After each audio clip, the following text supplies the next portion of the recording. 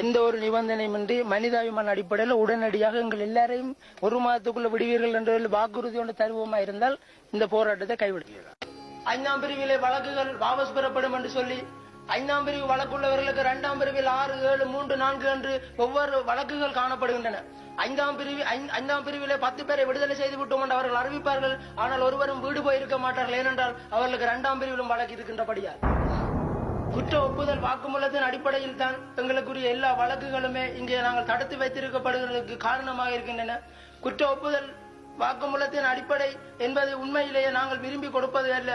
கடுமையான சித்திரவதைகள், பொல்லாத அச்சுறுத்தல்களுக்கு மத்தியில் தான் நாங்கள் கையொப்பமிட்டிருக்கின்றோம். இந்த இடத்திலே ஆதாரங்களுடன் கைது செய்யப்பட்டவர்கள் என்றும் இங்கு வகைப்படுத்துகிறார்கள். அந்த ஆதாரங்களை யார் வைத்தார்கள்? எங்களை கைது செய்தவர்கள் நீண்ட காலம் எங்களை தடுத்து வைக்க வேண்டும் என்பதற்காகவே அப்படியான ஆதாரங்களை கொண்டு வந்து வைத்தார்கள். கடந்த 7ஆம் தேதி 3ஆம் மாதம் இங்கு வந்த மாண்புமிகு அமைச்சர் அவர்கள் ஒரு கடிதத்தை வாசித்து காட்டுவதாக சொன்னார்கள். ஆனால் அவர் போயும் இப்ப 40 நாட்களாகிவிட்டன. இன்னும் நாங்கள் அதை பார்க்கவும் இல்லை, வாசிக்கவும் இல்லை. பயங்கரவாத தடைச்சட்டம் நீக்கப்படும் போது நீங்கள் எல்லாரும் விடுதலையாகி விடுவீர்கள் என்று சொல்லிக் கொண்டிருந்தால் இது எத்தனையாம் ஆண்டு காலம் நாங்கள் வெளியிலே போவது என்ற கேள்வி, விரக்தி, கவலையினால் தான் நாங்கள் இன்று உண்ணாவிரத போராட்டத்திலே தொடர்ந்து இறங்கியிருக்கிறோம். 5ஆம் பிரிவில் உள்ளவர்களை விடுதலை செய்வார்கள் என்று சொல்லுகிறார்கள். அப்படியாயின் 5ஆம் பிரிவின் கீழ் தண்டனை பெற்றவர்களது நிலை என்ன?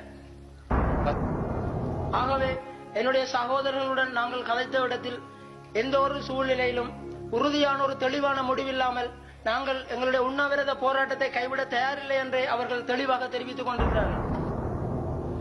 சகோதரர்களுடைய வேண்டுகோளை அடுத்துத்தான் நாங்கள் எங்களுடைய சகோதரர்களை வைத்திய சிகிச்சைக்கு நாங்கள் அனுமதி அளித்தோம்.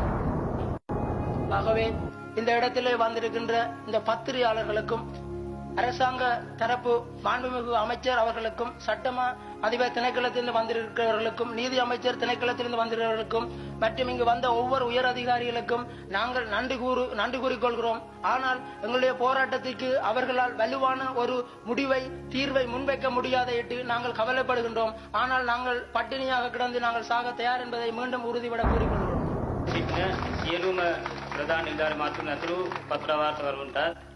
நான் சொல்வதை எல்லாரும் உங்கள் கைகளை உயர்த்தி விடுதலை தாருங்கள் என்று சத்தமிடுங்கள். எங்களை விடுதலை செய்.